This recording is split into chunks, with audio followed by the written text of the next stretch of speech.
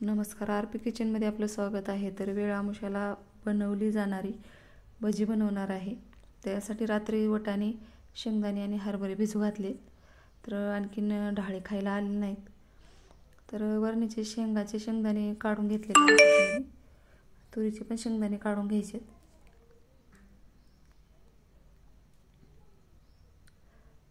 तर दोन्ही पण एक एक वाटी घेतलेला आहे.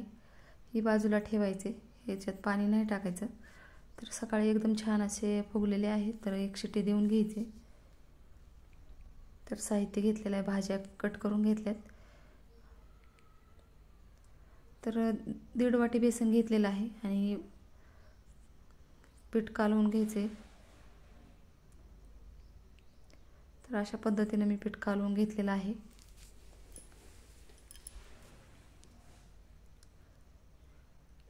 तर थोडं थोडं पाणी घालून 1 ग्लास पाणी लागलेलं आहे मला. तर भजीची फोडणी करण्यासाठी मी इथं तेल टाकलेलं आहे 2 चमचे. जिरे मोहरी टाकायचे.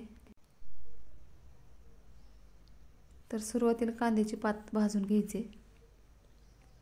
मेथी घ्यायचे, टोमॅटो टाकायचे. पालेभाज्या सुरुवातीला तेलामध्ये परतून घ्यायच्यात. तर मी लसणाची पात टाकलेली आहे. थोडी हिरवी मिरची कट केलेली टाकायची. तर हे सर्व तळून झाल्यावर थोडीशी कट केलेली कोबी याच्यामध्ये टाकून परतून घ्यायचे. तर आता हे शेंगदाणे केलेले टाकायचे त्याच्यात. थोडीशी कोथिंबीर टाकलेली आहे. तर एक बटाटा टाकलेला आहे बारीक कट करून. तर हे उकडलेले शेंगदाणे टाकायचे त्याच्यामध्ये. तर तेलामध्ये चांगलं परतलेलं आहे. तर याच्यामध्ये 1 चमचा हळद टाकायची आणि 1.5 चमचा तिखट टाकलेलं आहे. तर ते सर्व मिक्स करायचे. तर मी बटाट्याच्या फोडी पण टाकलेल्या आहे त्याच्यामध्ये. तर आता चिंचेचा कोळ टाकायचा याच्यामध्ये. 1/2 वाटी करून ठेवला होता हिरव्या चिंचेचा. लसूण अद्रक पेस्ट टाकायची. तर आता अर्धा ग्लास पाणी टाकायचे. पाण्याला उकळी आल्यावर मीठ टाकून घ्यायचे त्याच्या चवीनुसार. तर आता हे पीठ कालवलेलं बेसन पीठ टाकायचं याच्यामध्ये. तर खालीच कालवल्यामुळे एकदम छान असं भजी तयार होते. गाठी होत नाहीत. त्यामुळे अशा पद्धतीनं बेसन कालवायचे. थोडंसं ओवा टाकायचं आणि 20 मिनिट झाकून ठेवायचे कमी गॅसवर. तर 10 मिनिटानंतर मी आणखीन एकदा असं चमच्यानं हलवलेलं आहे आणि झाकून ठेवायचं आणि 10 मिनिट. तर आता भजी शिजवून तयार झालेली आहे.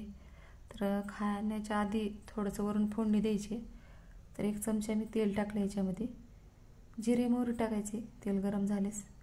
कढीपत्ता टाकायचा आहे. लसूण अद्रकची पेस्ट टाकायची. तुम्हाला आवडत नसेल तर हिंग टाकू शकता ह्याच्यात थोडंसं.